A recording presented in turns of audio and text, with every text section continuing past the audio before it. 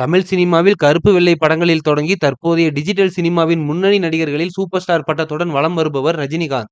K. Balachander இயக்கத்தில் வெளியான அபூர்வ ராகங்கள் என்ற படத்தின் மூலம் தனது நடிப்பின் பயணத்தை தொடங்கிய ரஜினிகாந்த் தொடர்ந்து கமலஹாசனுடன் இணைந்து பல படங்களில் நடித்துள்ளார்.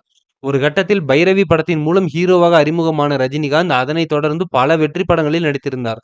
அந்த வகையில் 1978ஆம் ஆண்டு ரஜினிகாந்த் நடிப்பில் வெளியான படம் பிரியா நல்ல வரவேற்பை பெற்று ஓடிக்கொண்டிருக்கும் போது நடிகர் ரஜினிகாந்த் மருத்துவமனையில் இருந்துள்ளார். அந்த நேரத்தில் அவரை பிடிக்காதவர்கள் ரஜினிகாந்த் இனி நடிக்க மாட்டார், அவர் பைத்தியம், அவரின் சினிமா வாழ்க்கை அவ்வளவுதான் என்று பரப்பத் தொடங்கினர். இதனிடையே தான் மருத்துவமனையில் இருந்தபோது எம்ஜிஆர் தன்னை பற்றி விசாரித்தது குறித்து பேசியுள்ள ரஜினிகாந்த், பணம் கொடுத்தே சிவந்த கை எம்ஜிஆர் கைகள், அவர் எப்போதே எத்தனை பேருக்கு உதவி பண்ணியிருக்கார் என்பது தெரியாது. ஏனென்றால் விஜயா ஹாஸ்பிட்டலில் தான் அட்மிட் ஆயிருக்கேன் என்று தெரிந்தவுடன் எம்ஜிஆர் அவர்கள் வாரத்தில் இருமுறை போன் பண்ணி எப்படி இருக்கிறார் என்று விசாரிப்பாராம். அதன் பிறகு எம்ஜிஆர் ரஜினிகாந்திற்கு போன் செய்து, எப்படி இருக்கிறீங்க, நல்லா இருக்கிறீங்களா, நான் டெல்லி போயிட்டு இருக்கிறேன், வந்தவுடன் என்னை வந்து பாருங்க என்று சொன்னார். அதன்படி அவரை பார்க்க தான் சென்றிருந்த போது, பாரப்பா தம்பி, ஒரு நடிகனுக்கு உடம்புதான் மூலதனம், அந்த உடம்ப ஜாக்கிரதையா பாத்துக்கணும், ஸ்டன் பண்றேன்னு சொல்லி ரிஸ்க் எடுக்காத, ஸ்டன் பண்றதுக்கு வேறு ஆளுங்க இருக்காங்க என்று அறிவுரை கூறியுள்ளார். மேலும் ஒரு விழாவில் ரஜினியை பார்த்த எம்ஜிஆர், எப்போது திருமணம் செய்து கொள்ளப் போகிறாய், சீக்கிரம் திருமணம் செய்து கொள், உனக்கு வேண்டுமானால் நான் பெண் பார்த்து தருகிறேன் என்று சொன்னாராம்.